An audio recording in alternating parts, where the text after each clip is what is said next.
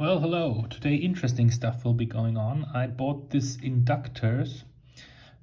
This is 10 microfarad, so not milli but microfarad. And we will just put them in series with a resistor, switch on a power supply across it of 5 volt, and then we'll watch on the oscilloscope what happens. So welcome, and let's go on. Okay, and that's our little nice setup. First we go from positive here through the inductor with 10 microhenry. Then I have here a little connection through to the one end of this resistor, which is a 1 kilo ohm resistor. And we go from here through the resistor down to ground. First up, I'll connect this to 5 volts. And then we'll measure when I switch on the 5 volt power supply, we'll measure on an oscilloscope what will happen. So let's go. And just for completeness, here the negative and positive terminal of my lab's power supply connected. Now we move on to the oscilloscope. So here you see we have the oscilloscope probe connected. We measure just here up on the resistor, so between the resistor and the inductor. And I have another little ground pin sticked in here to the breadboard, so we have a exact ground reference. What is 0 volts of the lab supply is also 0 volts then on our oscilloscope. Oh. Okay, so now let's see what happens. Now we are at 0 volts when I switch the 5 volt power supply on. Zack. And we stop it. Oh, and that's the thing. We go up in a high slope, and after around, let's measure that a little bit. So these are 200 milliseconds shown here per division on the horizontal axis. And so this division, when we switch on the voltage, it is around, after 100 milliseconds we are nearly so half of a division, 100 milliseconds, we are up there, and at the 5 volts nearly, so to say. Okay, so next up, this was a 10 microhenry inductor. Let's see what happens when we stick in 10 times greater inductor. So now we use this 100 microhenry inductor, and let's see what gives us that. Okay, stick it in. It's in, and now switch on the output again. Okay, and it seems like 10 times greater doesn't change so much, does it?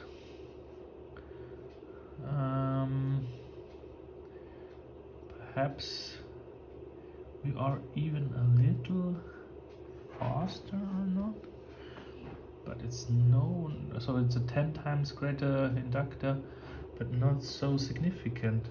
So let's go up 10 times still. Let's go up to, now we have 100 microhenry, let's go up to 1 millihenry. Here we have the 1 millihenry inductor.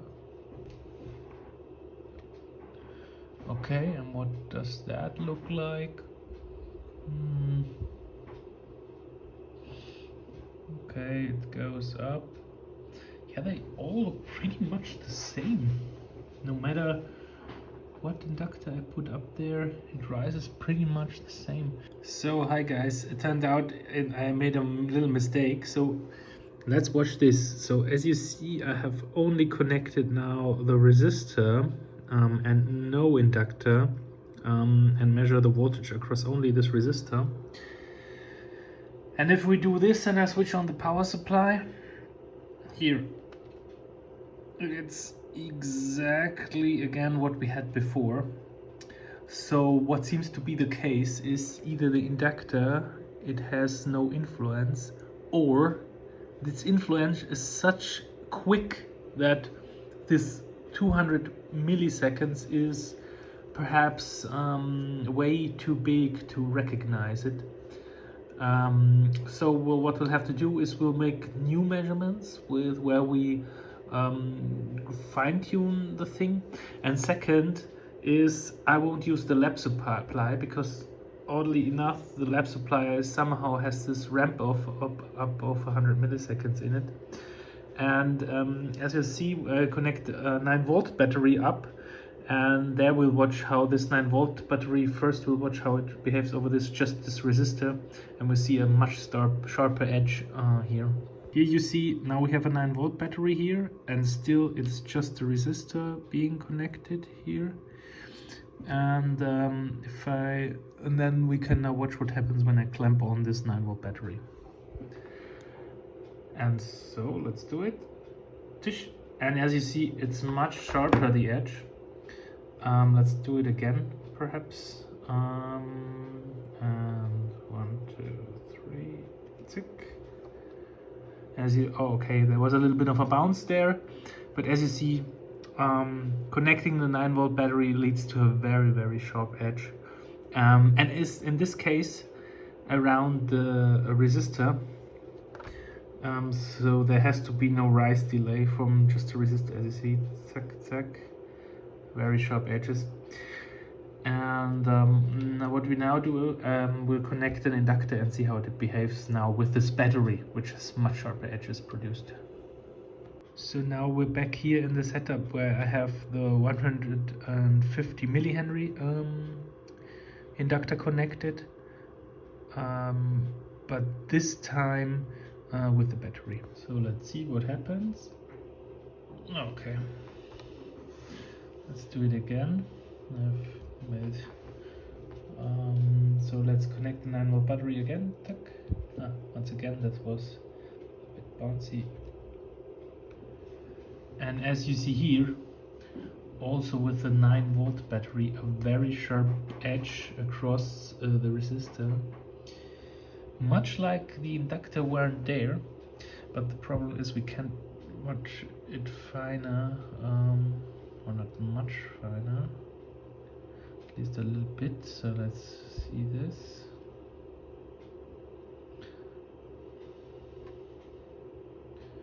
So put that in the middle. 50 milliseconds, 20 milliseconds. Let's bring that into view.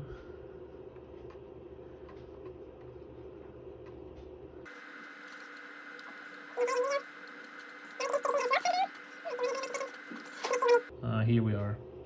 So okay, so what do we see? We see that we start rising here, and then after 1, 2, 3, 4 divisions, 5 divisions, after 1, 2, 3, 4, after 5 division we are nearly there. That means here this is 100 microseconds. After 500 microseconds we are nearly there at the target voltage. Let's note that down somewhere. 500 microseconds.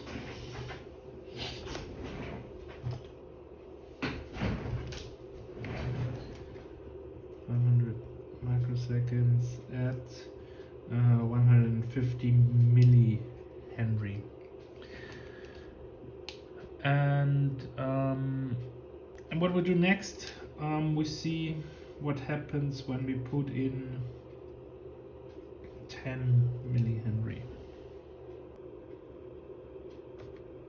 Here, okay.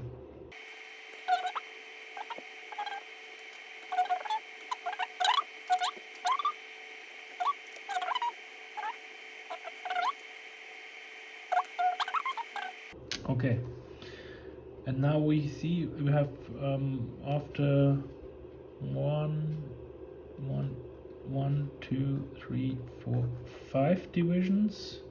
Again, we are there. But these 5 divisions, each division is 10 microseconds, so we have around 50 microseconds here. Let's do a last one. Let's go from 10 millihenry to 1 millihenry. Okay, we have 1 millihenry in. Yep. Okay, nice one.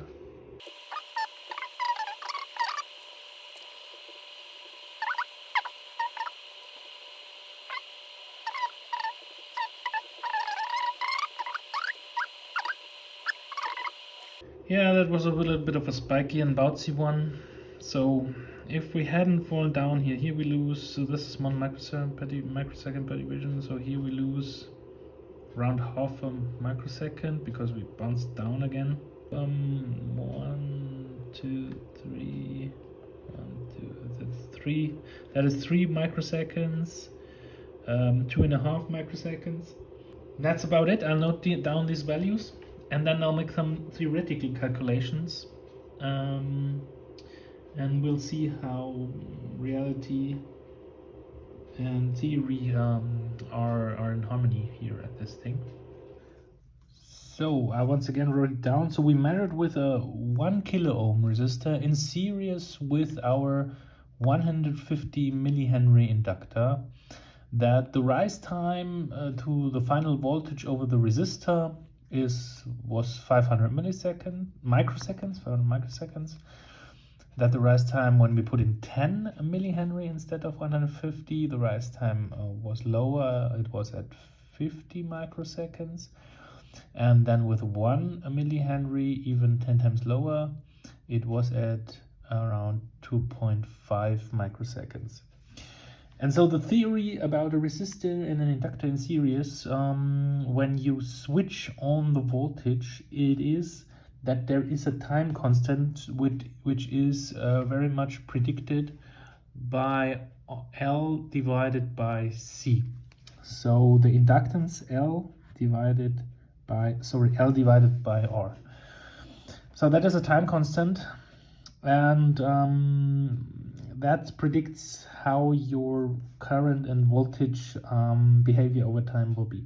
And so without saying anything further to it, let's go into practical considerations. So we had our first L divided by R, as R is always 1 kilo ohm resistor, 1000 ohm, and L is in the first case 150 millihenry. And let's calculate what L divided by R is there. Say, okay, we have 150 millihenry divided by R is always a kilo ohm, also 1000 ohms. And then this 150 milli divided further by 1000. So the last thing, the unit that has to come out are seconds, right? We can step this into a unit calculation also, but now I'm interested in the number more. So it's 1000 milli divided by 1000 further. So it's 150 micro something. Another interesting question is, okay, Henry divided by ohm, what is that? And we'll have to look it up. So what is Henry, the unit of Henry?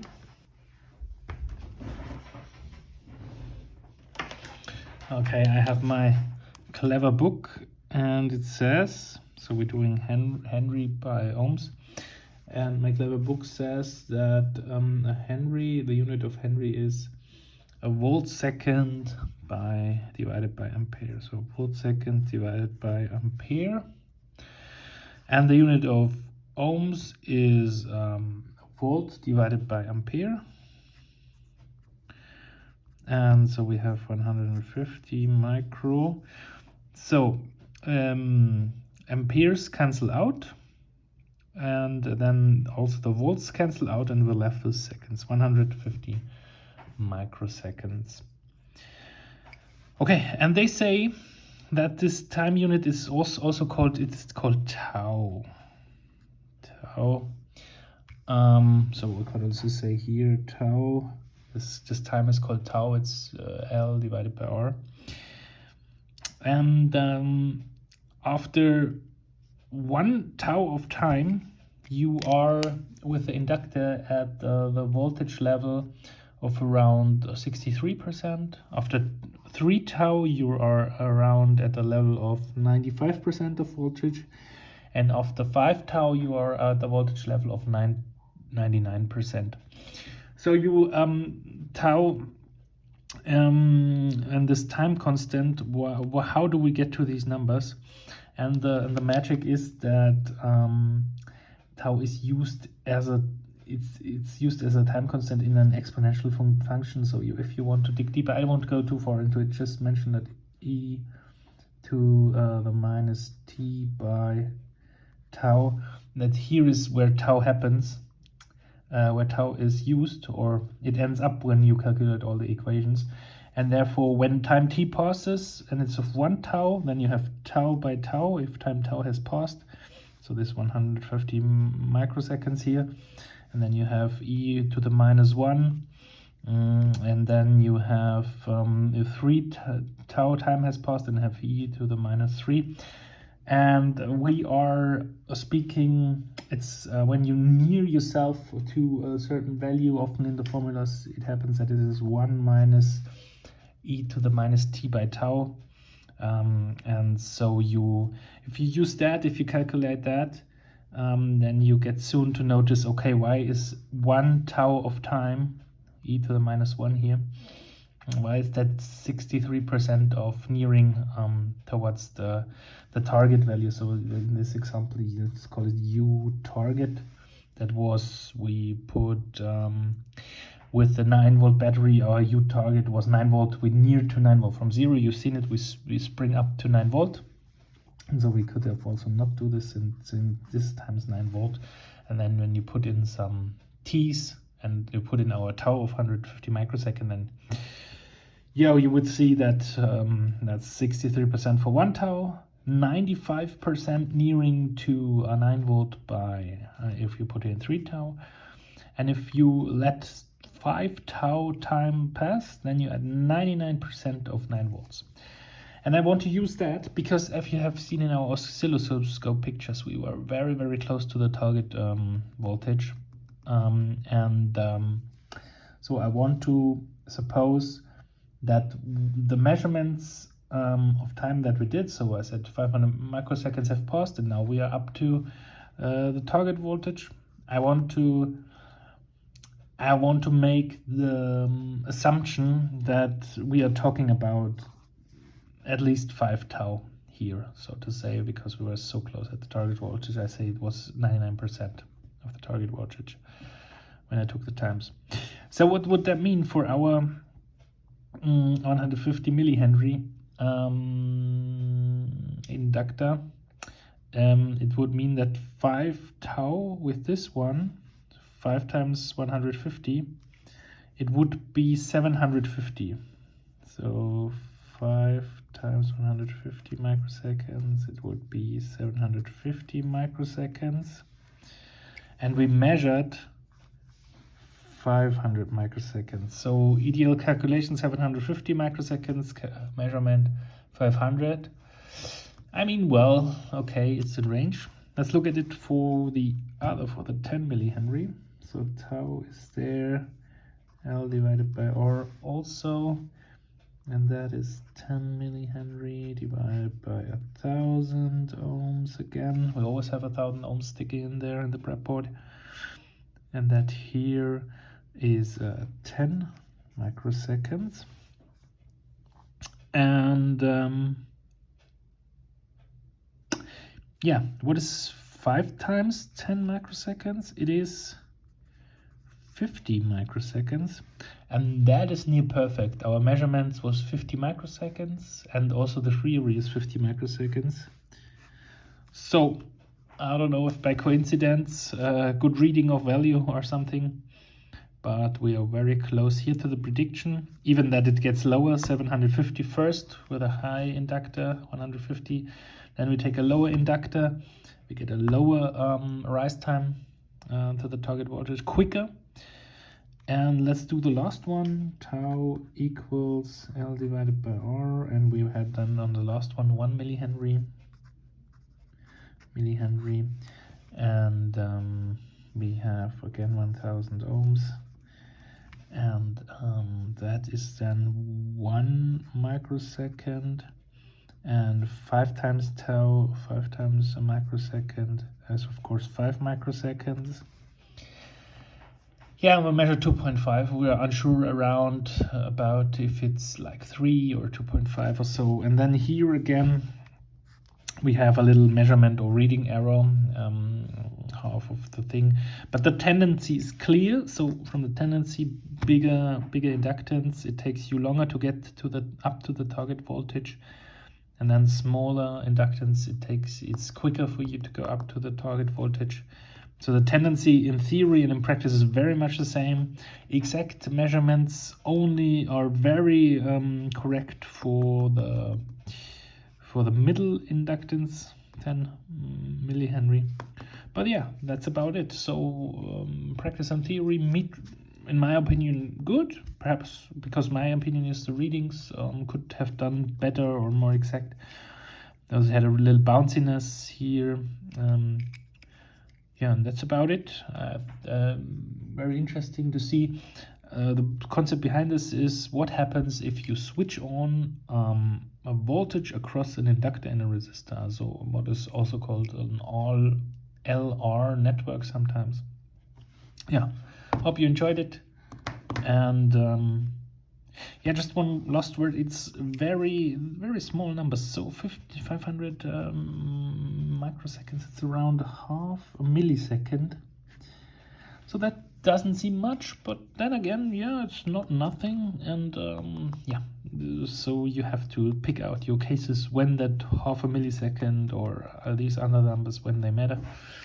And they won't always matter, but there may be cases also in dynamic behavior, I think, most often. Yeah, and that's about it. Hope you liked it. Give it a thumbs up if you liked, and we'll see. Bye bye.